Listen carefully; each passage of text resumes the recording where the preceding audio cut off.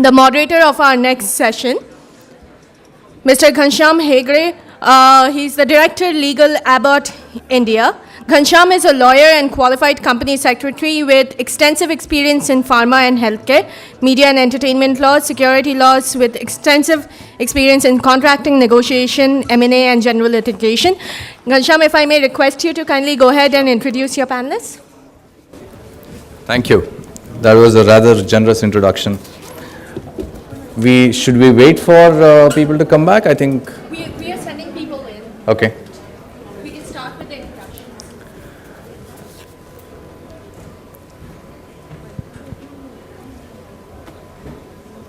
Meera, can we please have you here?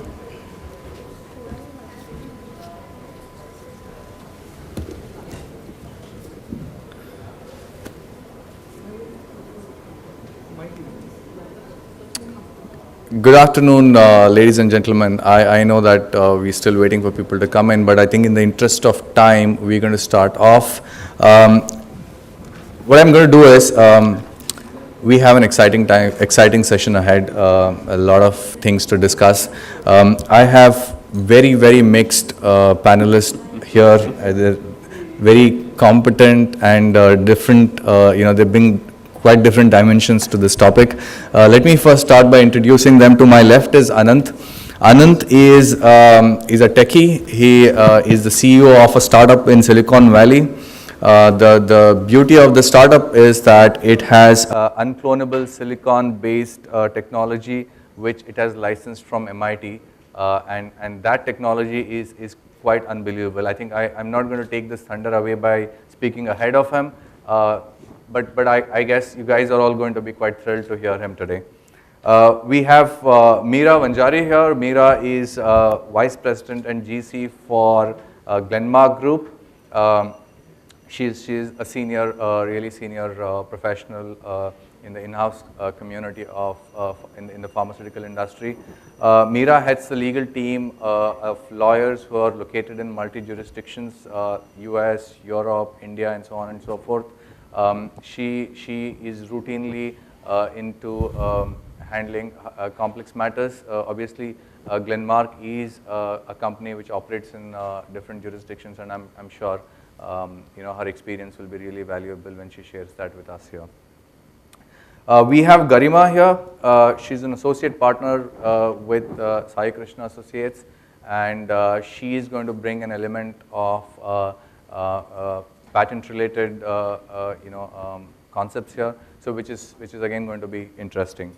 She leads the patent prosecution and analytics practice for the firm, and she has an over a decade's experience in the patents industry. Then we have Siva. Siva is a partner with Dhir Dhir Associates. Siva Gopinatham, he heads the Hyderabad office and has about over 20 years of experience in, again, IPR structuring, advising clients on IPR bouquet and portfolios and so on and so forth. So again, we're going to have, really valuable insights into areas of building an ideal IPR portfolio and high-value IPR portfolio during the course of this discussion from him. Just to kick this off, I think pharma industry, intellectual property rights have always been an integral part of our industry. We always get touchy and sensitive when this topic is raised, often more controversial.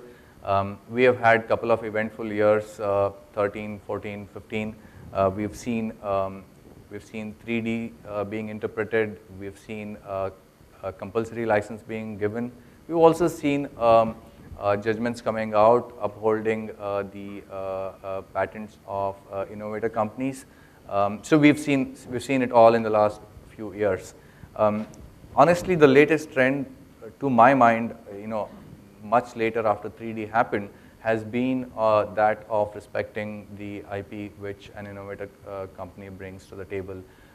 So I think which is all pretty encouraging. We are, to my mind, we are pretty much, out of the hue and cry that we had when 3D was interpreted. So I think we are well on course to say that we are a country where one can operate with a fair amount of comfort on their IPRs. We've had IPR policy coming out in May this year, which is again a significant step. One can keep arguing on how does this IPR policy change the law, how long will it take for this intent to get implemented into actions, and so on and so forth. But at least we have made we have stated our intent, which is quite encouraging.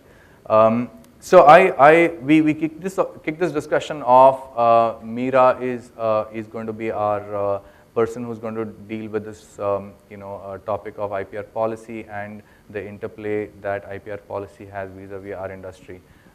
May I have Meera taking? Thanks, Ghanshyam. I think you laid the background pretty well. So most of you here, in some form or fashion, do deal with IPR in your day-to-day functions, or at least hear about IPR. So I'm going to speak briefly about the IPR policy, and it's very relevant, as you know, to the pharma industry. And today, the generic pharma is also playing a big role in India as well as abroad in the IPR landscape, which was not the case a couple of years ago.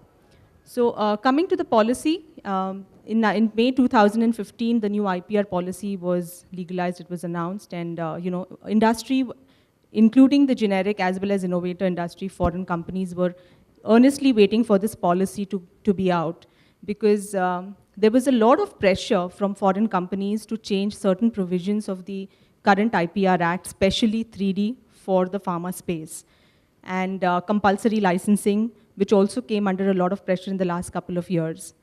The good news is that the new policy did not address 3D or the compulsory licensing aspects of the policy. They left it where they were, because in their view, the committee that looked at the new policy felt that India is at a stage where it needs to defend itself from evergreening patents. And compulsory licensing, we've not had that many cases where the government has issued compulsory licensing. So the government was of the view that, it is something to safeguard it's their right to protect the compulsory licensing provisions, so that in the event of an emergency in the future, they could utilize those powers, or grant compulsory licensings for only those drugs where there was an emergency. So it's a good thing for us as a country that those two provisions remain protected. Coming to the main objective, the intent of this policy was, Make in India, and it tied with the Make in India policy of the government. It focuses on creating in India. It focuses on having an awareness within the country that IPR is a tool which has a value. I think that is something that is lacking in the industry, not only just pharma, but also technology, or in other creative areas, like in amongst the artists, amongst the farming sectors. I think this whole awareness itself is lacking. So they have 7 pillars on which they have based this policy. The first one being, creating awareness. And to create awareness, they have taken certain steps which will help people realize that IPR is an intangible asset. It has a value, it has a goodwill. So it's very important to protect it. And they have started creating IPR, policies or forums within universities, awareness campaigns within universities, including it as a syllabus in colleges and universities for people to understand what value IPR has. The second pillar was innovation.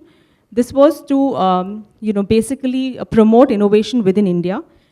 If in the last couple of years, the statistics show that 75% of the patents that have been filed are filed by innovator companies or MNCs.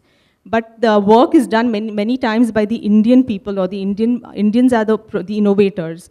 However, in India, the generic companies or other companies really do not go ahead and file patents because of lack of awareness and because they don't know what value it can add on the table.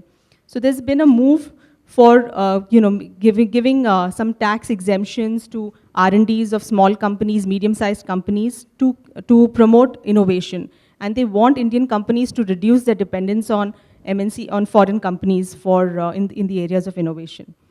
The third is the balanced structure of legal framework, because you might have awareness, you might have a great community that innovates. But if you cannot protect it and you do not have a mechanism under which you can enforce it, then it's useless. And that is one of also the cries of our country, right? Because the way our judiciary works, the way the administrative authorities work, it takes years to get a trademark registered or a patent, in your favor. So that is also demotivating at many a times. So one of the move is to strengthen that, to ensure that the departments move within a specified period of time. All the departments have been brought under the DIPP, they will be under their scrutiny.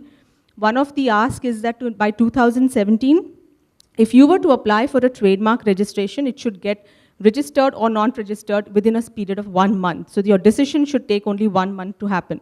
But let's see where that goes, because there's a huge backlog of cases, right? Then the fourth one was administration and management, which I spoke about. The fifth is enforcement. See, many times, and Garima is going to speak about this in her session, that innovator companies or generic companies take years to get a patent, and within a hearing or two before the court, the whole patent is questioned by the court, where no injunction is granted, or generic continues to sell the innovator drug. So that puts futility to your entire action and research of many, many years. So we need a more robust system of how we want to enforce patent. How does the court needs to look at it? Even the administrative and the court bodies need to know how to interpret patents, and it's so technical that not everybody is aware of how to do it. The next one was commercialization of IP. So they want India to create a strong database of IP, be it trademarks, be it copyright or patents, because they believe it has value, and we should start assigning a value to the assets that we create, which I think as a country we don't. So it's time we change our mindset, because it has a business value to it. And the last is human capital, where they're trying to ensure that people are aware, people understand what IPs are all about, which is again tying in with creating awareness. So these are the 7 pillars basically on which the new IPR policy is based. Thank you. That's really useful. So, Meera, that's very good insight into the IPR policy. I think many of us are more skeptical here about the IPR policy and how that's really going to translate into a law and change in the law, and therefore really how much a joy to be had from this IPR policy. But honestly, I think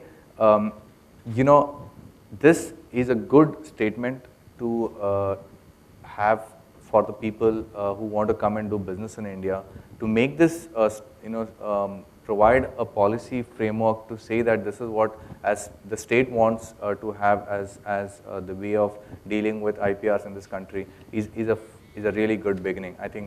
I mean, we all should be quite proud about that.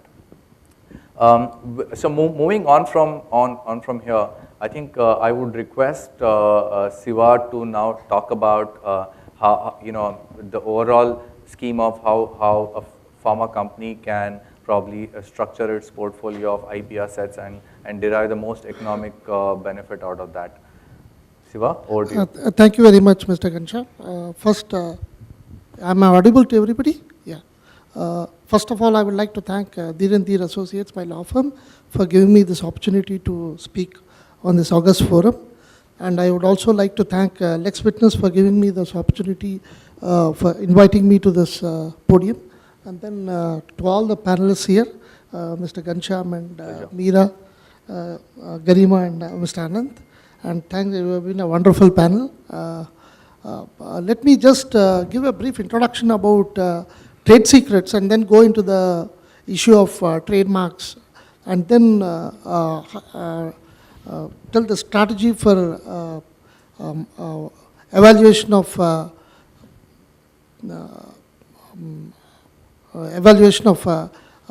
IP assets and how it can be monetized.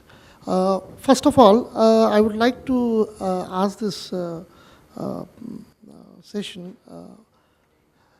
what is the common thing that connects Coca-Cola, Apple, Microsoft and Michael Jackson? Can anybody give a connect between all of them, which are quite varied? Yes? Or? Okay, that's one point. And absolutely. See, basically, they're all brands which have been monetized. okay, which have been monetized. And when you look at the horizon of the time period right from the evolution, you have seen Coca-Cola ruling the world markets for close to a very long time. And when you identify Coca-Cola, you will think only about one thing, that's the trade secret. Okay, because the whole company's survival depends on how best it can protect its trade secret. Because that is the core strategy of Coca-Cola. And for 20 years, it was very careful in protection and it dominated the world markets. Then 2010, then came Apple. And Apple has toppled Coca-Cola, and by virtue of the portfolio of its patents and its trade brand, the Apple logo, which was very widely accepted by the world community, all the consumers, okay, it has become a very dominant brand. And when you look at Microsoft, Microsoft at one point of time dominated with the patents. IBM and Microsoft, they interchanged, but most of the period, the last 20 years, you know, they were filing the largest number of patents in technology field. And then Michael Jackson, okay, the king of pop music, okay, he had the maximum copyrights, you know, heavy income from royalties of copyrights. So monetization happened in all these cases, okay. And when you look at Apple, the total market capitalization of Apple today is close to around $600 billion. That's a phenomenal sum. Okay, when you look at the way Apple is functioning, it gives a lot of importance to its IP portfolio because it's in the area of technology field demands that trade secrets and need to be protected to the maximum. And whether you look at Coca-Cola, which is a consumer brand, or a technology brand like Microsoft or IBM, or for that matter, Apple, they focus on protecting trade secrets. Okay. Unfortunately, we don't have any law in India to protect a trade secret, okay, because we go under the one has to protect the trade secret, then one has to invoke the common law principle to seek under the breach of contract. But otherwise, there's no specific legislation where one can go to a court of law and require damages to be paid. And that is a major loophole where the government of India is really working. And most of you must have heard, government has initiated a policy called the National Innovation Policy, where they wanted to enact a new legislation called National Innovation Act. And what this act focuses on is trying to protect the very crucial area of trade secrets. Because for India to really grow as a major economy, unless trade secrets are very powerfully protected, you know, people are not going to invest. You know, trade secrets have to be given that kind of importance. And how a company protects its trade secret? First, it needs to identify that there is something which is a trade secret. And once you identify that there is a trade secret, what is more important is it terms of contractually protected. Okay, either with insiders or with outsiders. And then these the best business practices that will help in evolving the brand, okay, the trade secret, okay, trade secret brand. First, once you identify the trade secret, then how do you contract? When you appoint an employee, you make sure that the employee understands the value of the trade secret, and then he binds by it, either through the contract, but more specifically through a non-disclosure, so that, you know, he is specifically bound to not divulge very crucial information that the company has is trying to protect and improve on it. And then once you have it contractually protected, the best business practice a company can have is either at the time of the interview, they need to make the employee aware about the importance of trade secrets and how it needs to be protected. And once, if the employee were to leave the company, then the company should make sure that there must be an exit interview where the company makes known to the concerned employee who wants to exit the company the value of the trade secrets and how we should not divulge it to people outside, because he is bound by it. Otherwise, you know, the company which has nurtured the trade secret could be at risk. So all this protection is very, very vital.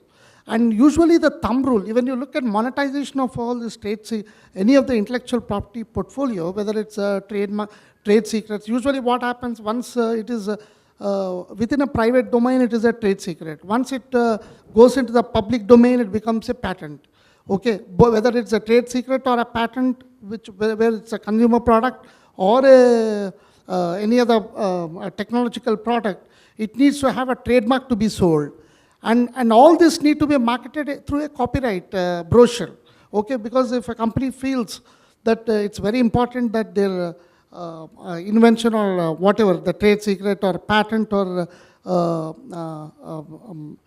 trade secrets, patent or trademark need to be very well publicized to the community, then the brochure that they devise and the campaign that they carry out, it may need a copyright protection. So you're looking at the entire spectrum of IP portfolio, right from trade secrets to copyright. And when you look at Apple, generally it's a classic textbook case scenario when you look at Apple. As I told you, the market capitalization of Apple is around $600 billion. And in that $600 billion, the general thumb rule is 2/3 should go towards the intangible assets.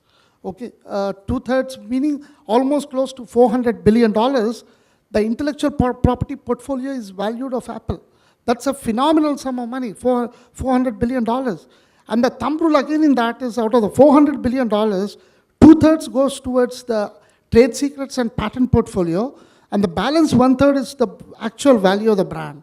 So when you look at that apportionment, then you look at $250 billion to be the value of their IPR portfolio, and $150 to be the value of their Apple logo brand. You know, so monetizing is such an important aspect. And in India, we are still not gone to that era of monetization, but we have one living, I shouldn't say it's unfortunately a very wrong case probably to cite. It's a living come non-living example. The case of Kingfisher. Okay, Kingfisher was the first company in India probably to monetize its IPR asset. You know, the trademark was perfectly marketed, and they went to the commercial banks and availed around 200 to 250 crores. 350 crores. Huh? 350. That's very nice. Sorry to, I didn't, I've seen it as 250 crore. I apologize for that. So Ketan, thanks for correcting it. So 350 crore was raised by Kingfisher. And that's, by Indian standards, that was in 2008, if I am right, 2007, 2008. So in 2008, 350 crore was a large sum of money. After that, we have passed 8 years, but I have not seen any Indian company identifying it as a major strength where it can be marketed.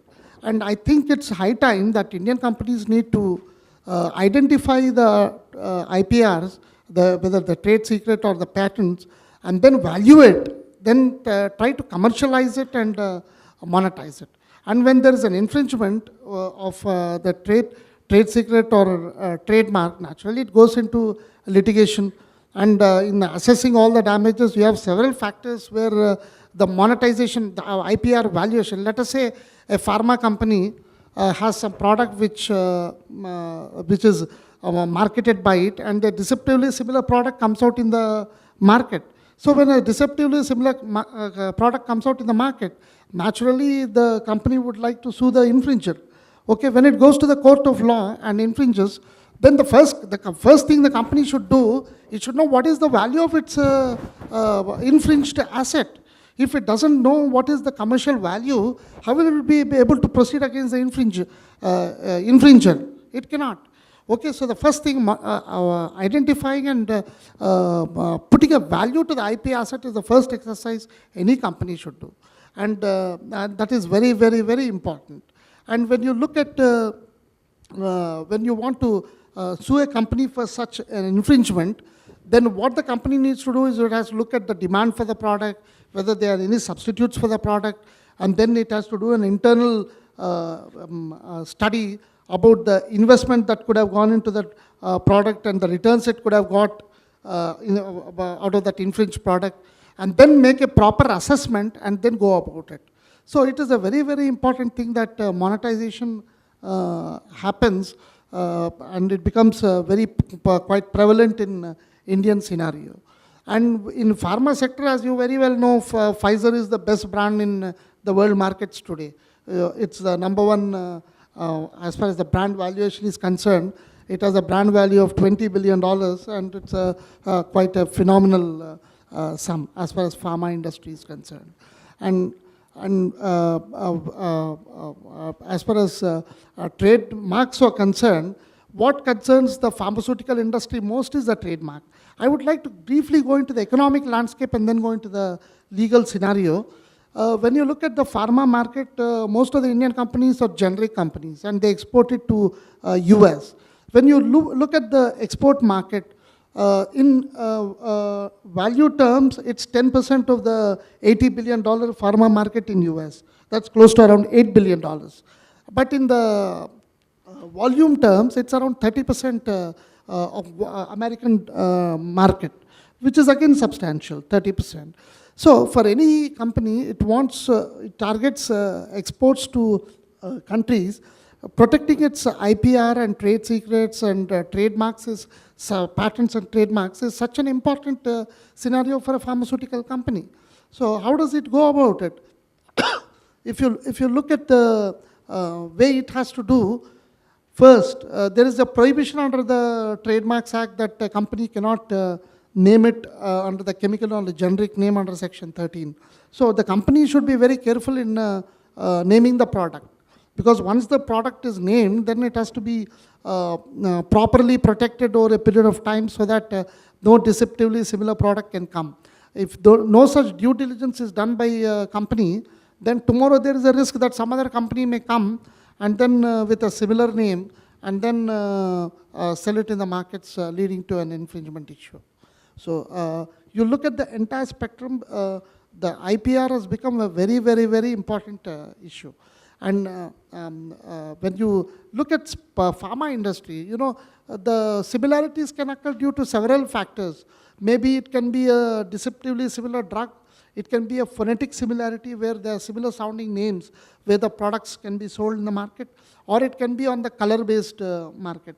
And I would like to focus on color because color is such an important issue where India has not seen much of importance as far as the color is concerned. I think probably John Deere case is the first one where the color was the green and yellow color, where one identifies the agricultural equipment with the color green and yellow has been protected by Delhi High Court, where injunctive relief was given to the petitioner for infringement. You have not seen much of action on the color front. In the US, what happened was Dr. Reddy's, when it wanted to sell a Nexium drug under the purple color, trying to use purple as its color for trademark protection, that was opposed and injunction was granted against Dr. Reddy's. Even though, subsequently, of course, Dr. Reddy's has filed a countersuit against AstraZeneca, saying that earlier when they settled in 2011, it was made known to AstraZeneca that they were using purple as a color. So as a color, even though US was the first country probably to start recognizing color marks as trademarks, and then you had that evolution where when a consumer can identify color with a brand and then take it as a important association between the brand and the product that needs a protection. In India, we have not evolved to such a stage where color becomes a dominant issue for issuance of a trademark. There are several cases which are still pending, but unless there is a judicial decision on that, we have to wait and watch whether color becomes a very important issue, just like phonetic similarity and the deceptively similar names that come in the play. And trademarks, as such, are very, very, very important for pharmaceutical industry because of the export potential and the domestic market potential. Because when you look at India, it's like by 2020, it's supposed to be the third biggest market in pharma industry after India, after US and Japan. So when you are looking at that kind of phenomenal volume growth, protection of intellectual property, I think is a very, very important thing, and I think one has to focus on that to protect the IP so that they can be eventually identified, then valued, and then subsequently monetized. And Yeah. thank you so much. Thanks, Siva. I think that's really useful insight. Talking about brands in pharmaceutical industry, I mean, we all know that brands are important in pharmaceutical industry, but at the same time, when we talk about protecting these brands, most of you are aware of the trademark prosecution scene in India, pre-Cadila and post-Cadila days, etc.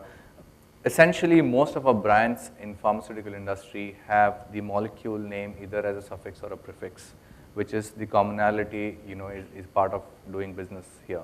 So it's not really, so unique than the other probably, and therefore it becomes that much more difficult for us to appreciate the importance of trademark law in this country, I mean, for that matter, the trademark requirement on how it has to be different from the other, and phonetic similarity, non-phonetic similarity.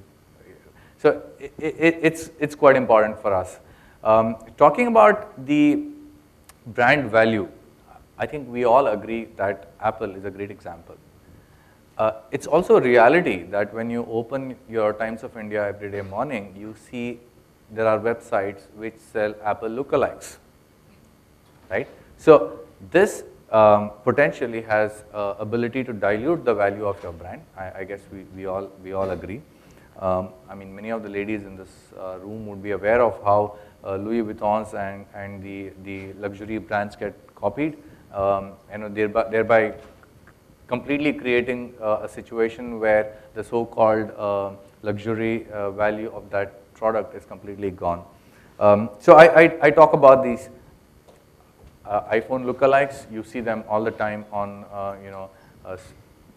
naptol.com, or I don't know. I mean, I've been seeing it on Times of India's ads. How does this work? Obviously, one needs to protect the integrity of your product to be able to protect your brand value constantly. If you don't protect the integrity of your product, now when you come to pharma, where you have counterfeiting, we have fakes, and leave aside the infringements and passing offs, where we probably have a better way to deal with it. But what about the counterfeits? You don't really have a control on that. Industry has tried different ways of dealing with this counterfeit issue. People have given verification codes on their strips. People have even tried with the barcodes. Government is considering making barcode mandatory. But in many of those therapy areas where a product does not orchestrate its impact immediately, say for example, if you are using a product which sustains pregnancy, or it is used for sustaining pregnancy, you don't really know if it's working or it's not working, because it could be naturally your hormones may be sustaining a pregnancy. So you see white powder being counterfeited as popular medicines, and you don't really know what you're consuming, right? So in this space, we have Anant with us here, straight from Silicon Valley, the land of Apple and Google's, to talk about ways and means of using technology to protect the integrity of your product, and thereby obviously enhance the intellectual property value of that product. Anant, over to you. Thank you, Ghanshyam. Let me start by thanking somebody who enabled me to come here, Praveen, my classmate and a good friend. I didn't know about this conference, okay? So I'm a typical Silicon Valley nerd, okay? And it's very enlightening to be here today, okay? Because I heard so many good things that our technology can apply to, okay? So till about 3 months ago, I was mostly focused on detecting counterfeit liquor, counterfeit cigarettes, cameras in China. But I really never thought about the pharma industry in India. And as I started looking at it, it was quite fascinating, okay? I'm 60 years old, and unlike what most people think about Silicon Valley, I don't work for any money, zero, okay? My mission in life is to save lives, okay? Too many people die in this world because they didn't get the real drug. They got the chalk powder, okay? And sometimes it's soon, sometimes it's later, but the reality is it is a huge problem, okay? So 3 months ago, I started coming to India. I spent about 10 days here, and I talked to the CEOs of top 15 pharma companies, okay? Cold call, no contact, okay?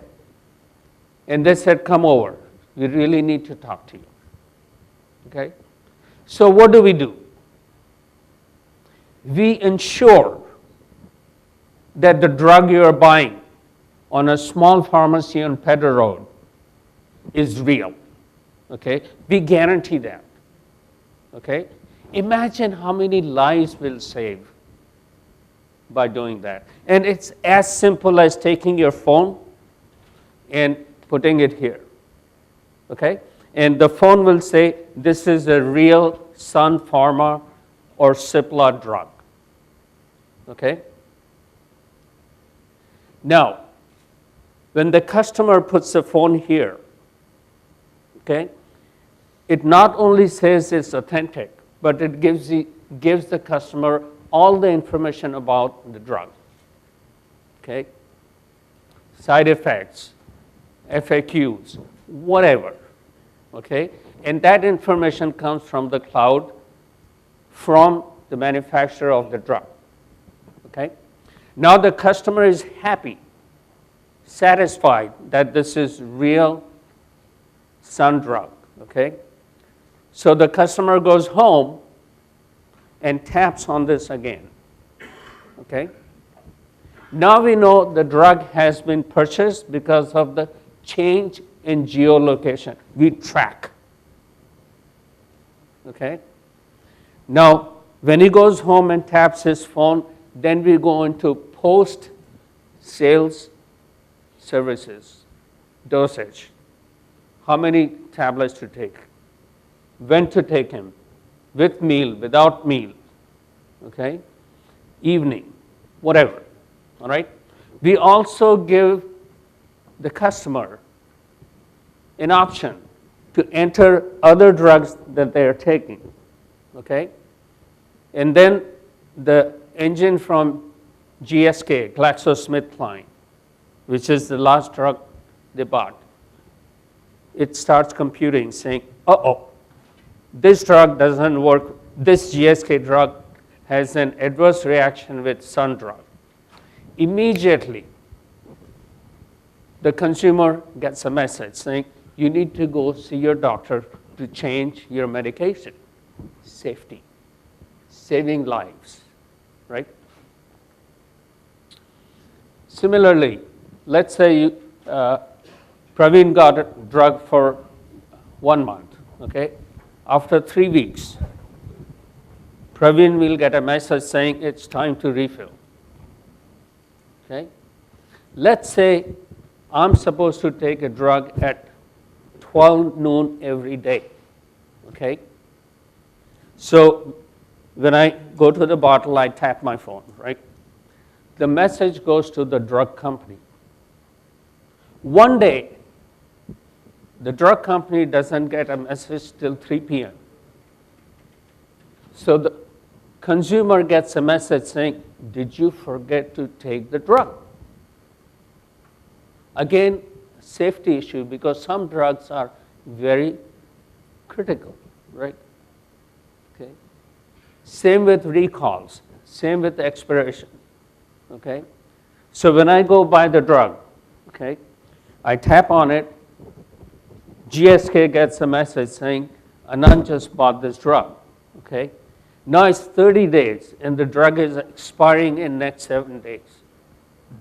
Anand gets a message saying, you need to go back to the pharmacy and return these drugs, okay? Finally, for the pharma industry, every time a tap is done, we send them a lot of valuable information. And this morning, as I said, it's very enlightening. Ms. Pratap talked about 3 things. Safety of the product, we do that. We track supply chain completely, okay? And in India, the drug distribution chain is very complex, okay? We track all of that, okay? And if there is a fake drug introduced between distributor 3 and 4, we know it, okay? We nail it, okay? And she also talked about data has become very important, okay? That's exactly what we do. We connect a physical device with the digital world, okay? When you connect this to digital world, you get a lot of data, okay?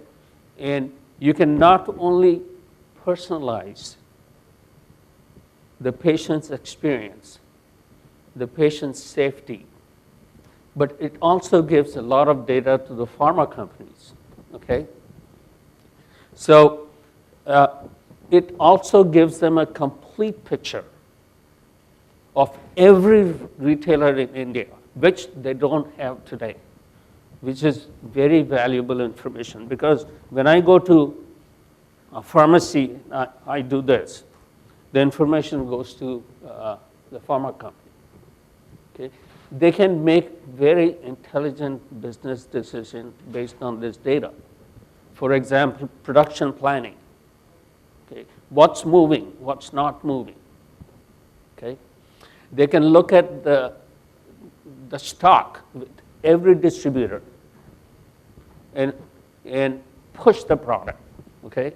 So the whole idea, as Ms. Pratap said, data is the most important thing. And pharma industry has to figure out how to use the data for safety and for making their operations much more efficient, okay? 40%, actually not 30, 40% of generics sold in US come from India. Sooner or later, FDA is going to require some way of making sure those generics are real. It's a reality, and we need to face it, okay? On 25th of October, I'm meeting with the head of World Customs Organization, because they are worried about drugs going all over the place, and they want to make sure these drugs are real, because too many people get killed. So WCO is very concerned, okay? So what I offer, my company offers, is a connection between this and this. And this is the most powerful thing that has been invented, okay? And this connection gives pharma companies like Abbott, okay, a lot of data. And data is the future, okay? So,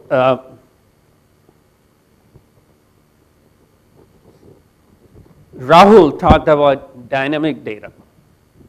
That's what this does. Gives you dynamic, not static.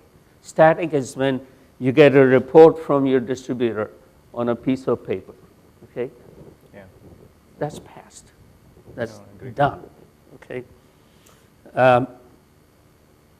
Shantanu talked about audit trail, we do that. Okay, date, time, location, who tapped it.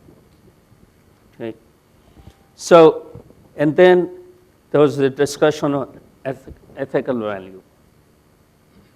That's why I'm here. Okay.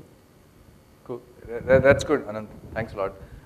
Isn't it quite fascinating? Actually, I can see that Anant has got the silicon pieces and stuff that he actually puts there to demonstrate. So if anyone of you is interested, please feel free to get in touch with him after this session.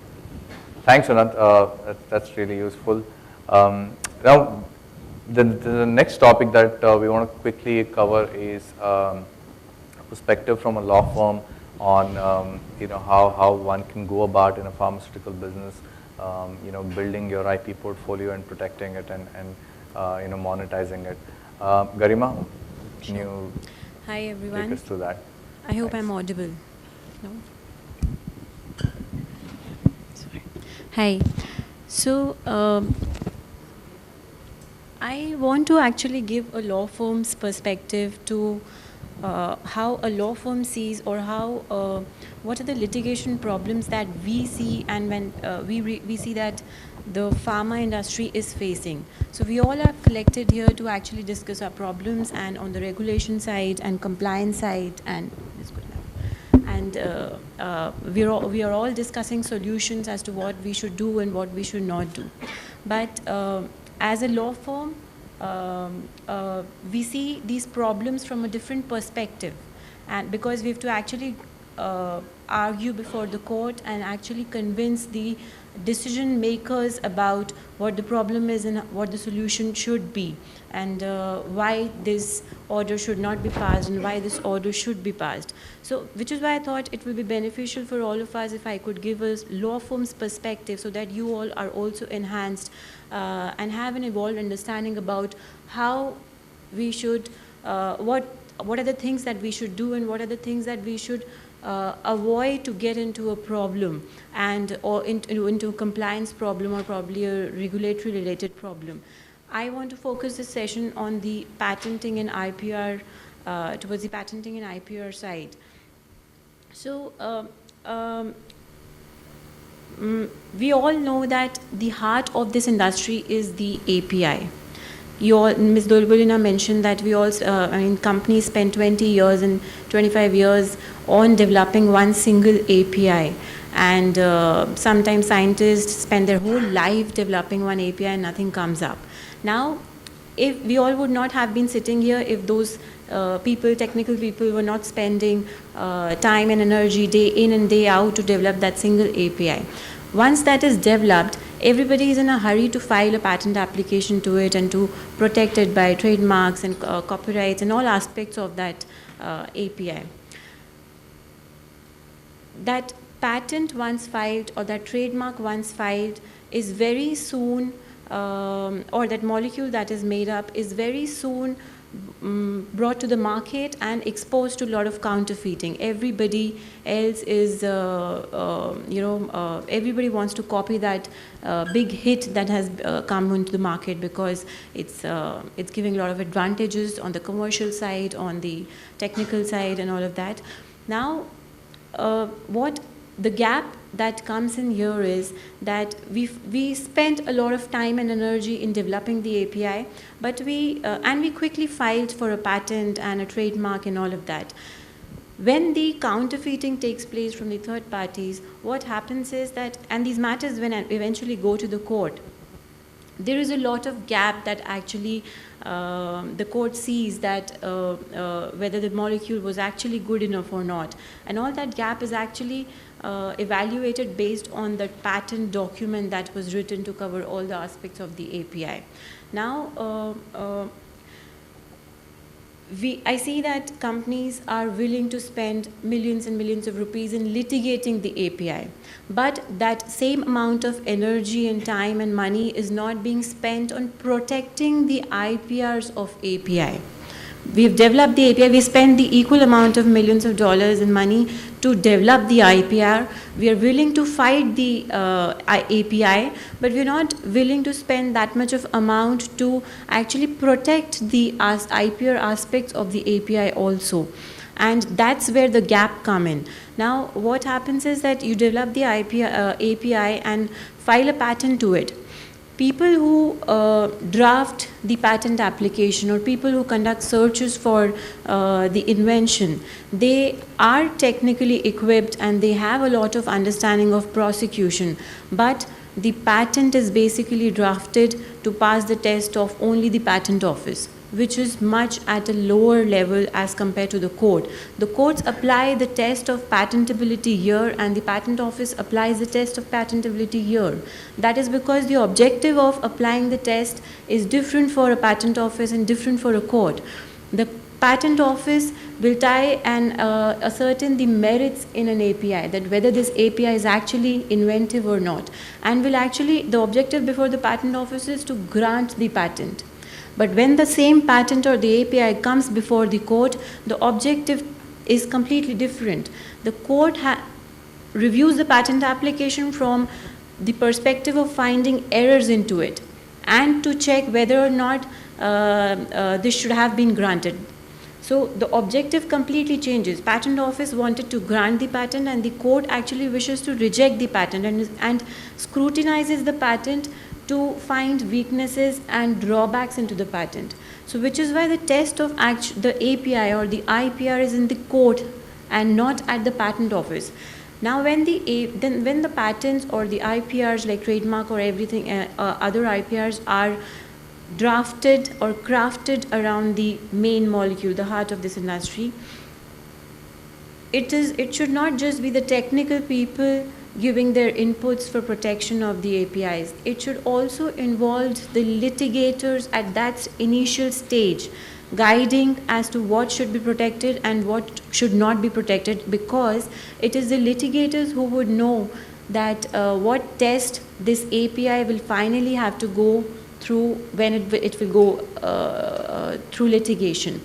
Also, a litigation team would be able to will be in a better position to actually evaluate that what grounds can actually court apply or the opponents apply to an API. Now all of us just keep talking about section 3D, section 3D and section 3D. However, there are more sections and more grounds that courts actually use to challenge a patent application. Those grounds are never considered when a patent application is drafted. The only argument that is considered when a patent is written for an API is section 3D, that whether or not I am actually passing the test of 3D and whether or not my patented molecule, whether or not my API becomes is novel or non-obvious. However, there are few other tests like enablement and written description also, which the court uses to actually see that whether the API was invented in the correct way it was supposed to be invented, and whether the patent application covered all the aspects of the API. Now, if the enablement and written description tests were applied right during the initial phases of development of the molecule and the drafting phases, the 3D question would not have come into the picture, because the 3D only says enhanced therapeutic efficacy. Now when this question of enhanced therapeutic efficacy is raised in the court, all the company says yes, there is an enhanced efficacy in a molecule. The court simply asks one question, where have you said so in the patent document? And then there is no answer to it, because there is no data in the patent application to say that there was an enhanced efficacy. The patent offices, the trademark, the IPAB and the courts are actually asking for demonstration of enhanced efficacy to overcome 3D. Now, if I think that during the initial stages of drafting the patent application or the initial stages of protecting the IPRs, if a litigation team member is involved to scrutinize the patent to see how strong it is and whether or not all the fallback options have been included in the patent application. I don't think the battle is only half won if we don't do that. And similarly, if we talk about inventive step, we all know that we've made an API that's inventive and that's sufficient. But we know when it goes to the court, there'll be many more challenges that will be posed against this API. So we should always, during the initial stages itself, plan multiple sessions with the litigation team and introduce or incorporate multiple inventive steps as fallback option if at all my patent reaches a rejection stage. Now, this is very important. I would just take one small example. For example, if I invest in a property, right? It is right in the beginning that I consult lawyers and do all the background check that whether this property is not disputed, whether all the paperwork is good enough to cover my rights and my interest, and the paperwork is just not about the money capturing the amount of the property. I want to ensure that if something goes wrong, I am properly compensated and all of that. Similarly, when a patent document is written, you've invested so much amount of money and time into the research, then why not spend that additional effort and give value to that patent document, which will eventually help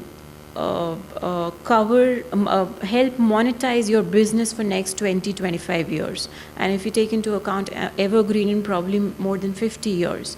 So, which is why I would recommend that rather than coming to a law firm at the last stage, that now we've entered into a litigation, now we want to seek help, it will be much more beneficial if we walk hand in hand with a litigating partner to strengthen our patent applications and even the APIs, the development of the API. So we know that what are we developing and where are we going, and whether or not we should go in that direction, whether or not the courts will actually see some value addition in the end to this molecule.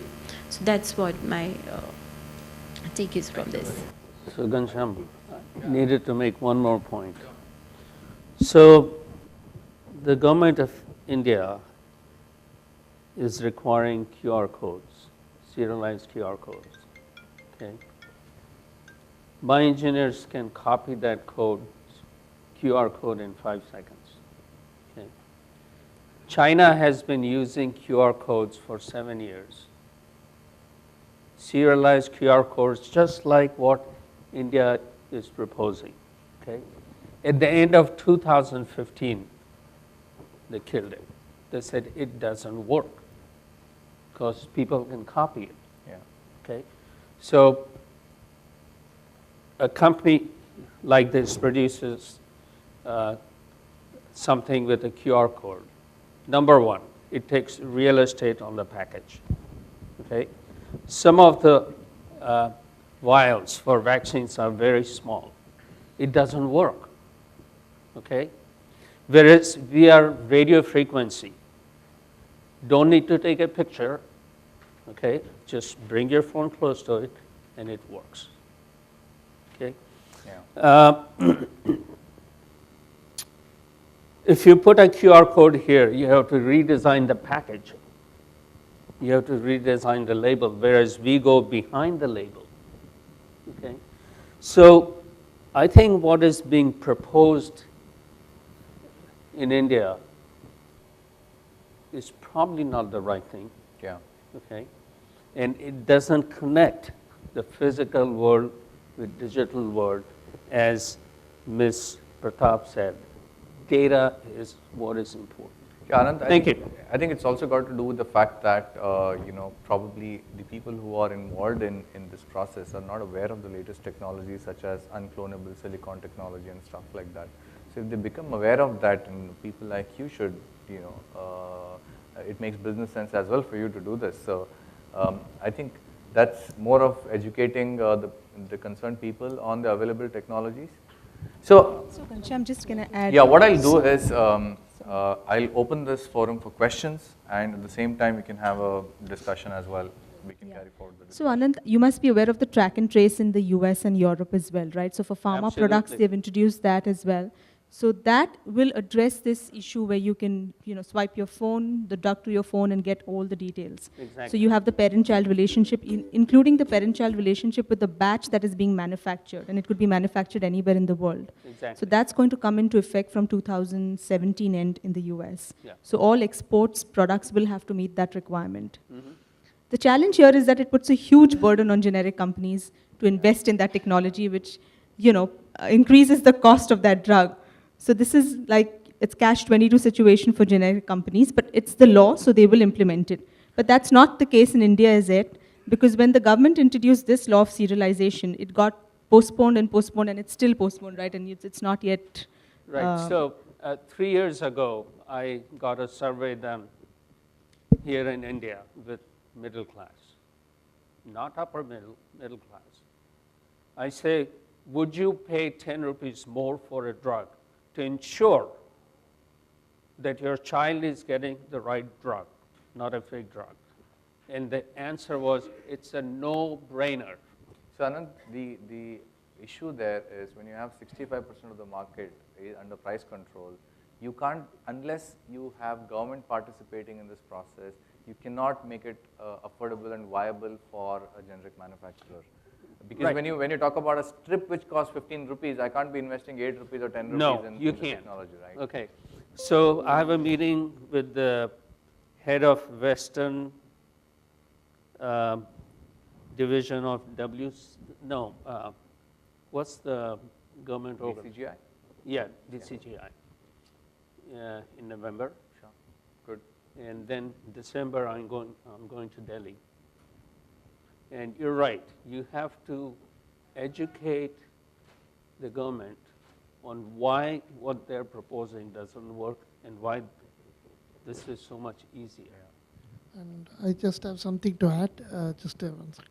I just wanted to clarify one aspect raised by Mr. Ghanshyam with regard to infringement, passing off, and even counterfeiting. I just wanted to share something which is very important, where most of you may not have known it. The Telangana government has started IP task force, okay, where that is probably the first state in India to do that. So what it does is anybody where their product or any IPR is infringed, they can go to the task force and take the help to see that it is properly enforced, to take all the counterfeits out of the market. And it has just started functioning 6 months ago, and I think most of the states are going to implement it very soon. I think it's a very good enforcement step brought in to help Yeah, IPR. so at the cost of probably a question, just to add, it's not that the pharma companies don't do it. We do enforce, we do conduct raids, we do put people behind bars. They just get bail, and they are back in business 3 months later or 4 months later at best. So, which is a system, issue, and it's not something which we can probably resolve on this forum. Archana. Hello. Hi, hello everybody. My name is Archana Sadeva, Singh and Singh, Lal and City, New Delhi. I just have some food for thought for Mr. Agarwal. One of the challenges which we have constantly seen pharmaceutical companies facing is in relation to the price-controlled drugs itself, where the price is made operational retrospectively, in as much as when the products are already there in the market, the ceiling price which is notified at a later stage, the ceiling price has to be made applicable. So I don't know how your technology can help in this, but then since you say you cover the entire distribution chain, if you can, if your technology can manage to identify if the distributor or the retailer is not selling the price-controlled drugs at the ceiling price, and if you can identify that, and if the NPPA is happy with your suggestion, then I think that takes a lot of burden off of pharmaceutical companies who unnecessarily get pinned down and they have to bear the brunt of the NPPA. Okay, and maybe also of NPPA, who just launched an app to tell people what's the latest price of a formulation. Yeah, so when I tap on this, it tells me what is the MSP. Yes. As the end consumer. Yes. Yes, but Sure. Yes, absolutely. See, it's data, right? data is digital. Digital can be transmitted in no time anywhere. Okay. We have a large drug company from India. Okay. They have differential pricing in Europe. So what they sell in Croatia is much lower than what they sell in Germany. Okay. So what's happening? The distributor in Croatia is buying a lot of drugs and shipping it to Germany. Gray market. Yeah. Okay. We can detect that in no time. Yeah.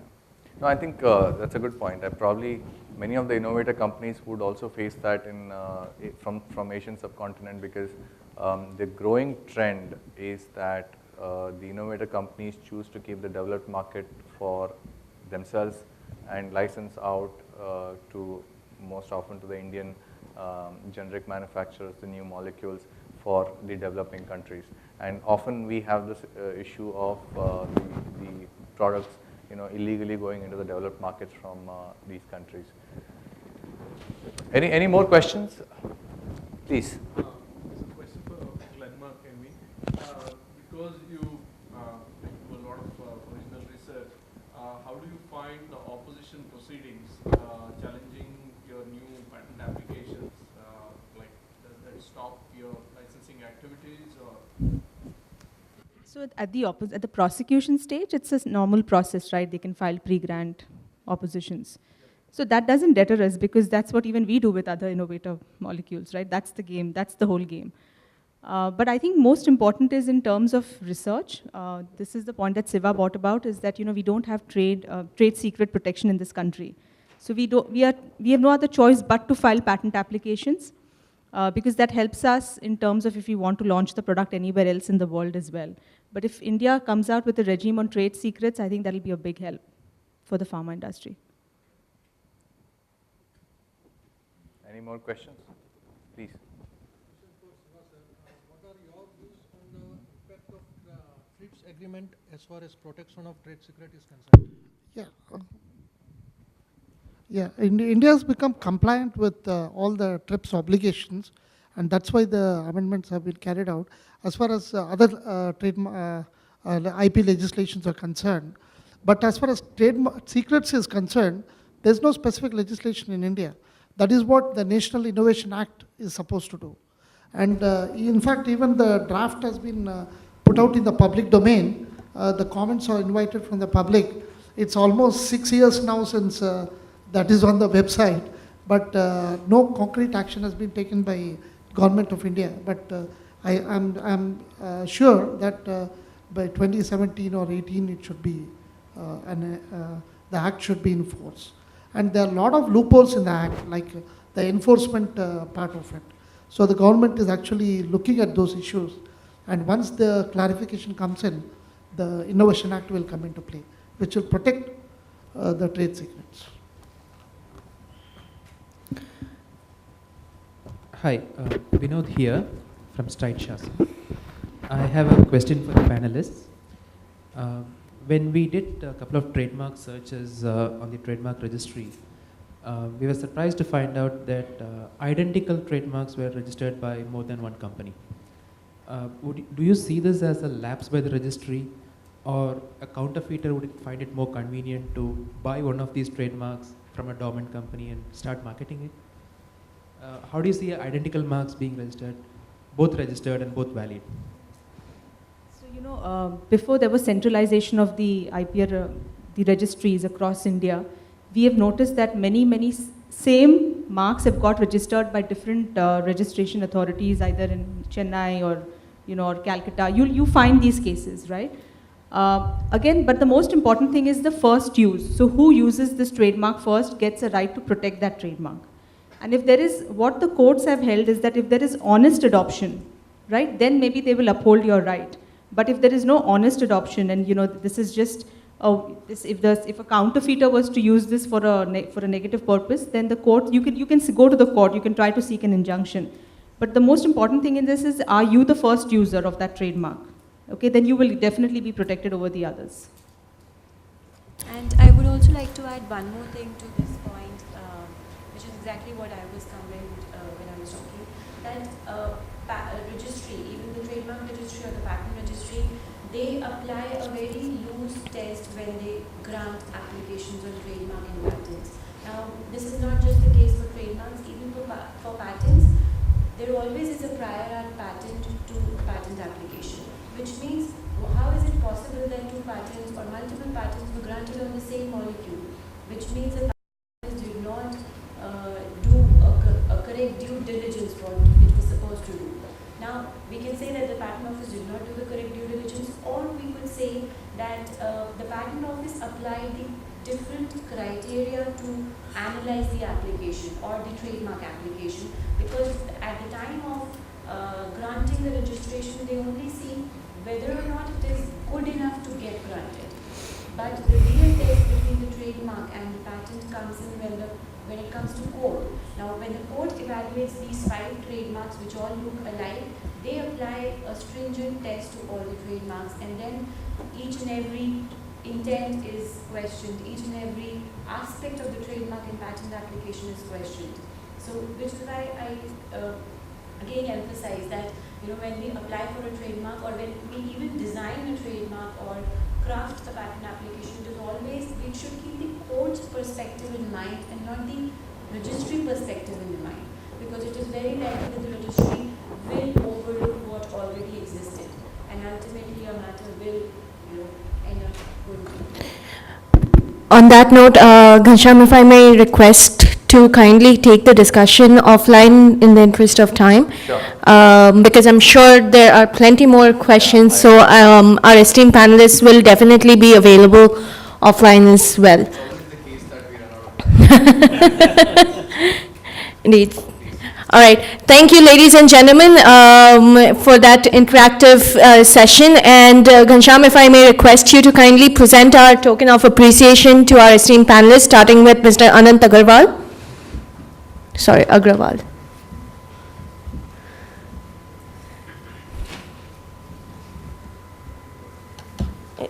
They are all the same. Thank you very much. Ms. Meera Vanjari.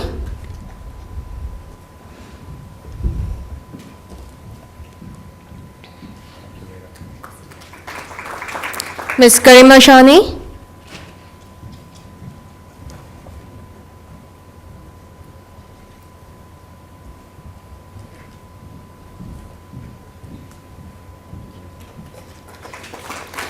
Mr. Siva Gopinathan.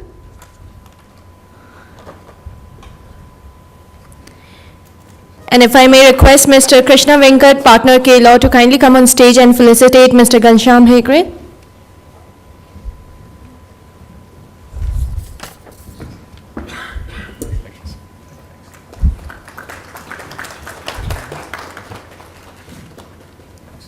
Thank you very much, esteemed panelists and Mr. Moderator. While we are wrapping up with a group photograph, just a point to note, please remember to collect your special gifts from the Uberall Practice League's exhibition desk, which is right outside in the registration area. We will now be breaking for lunch and will convene back within the next 50 minutes or so.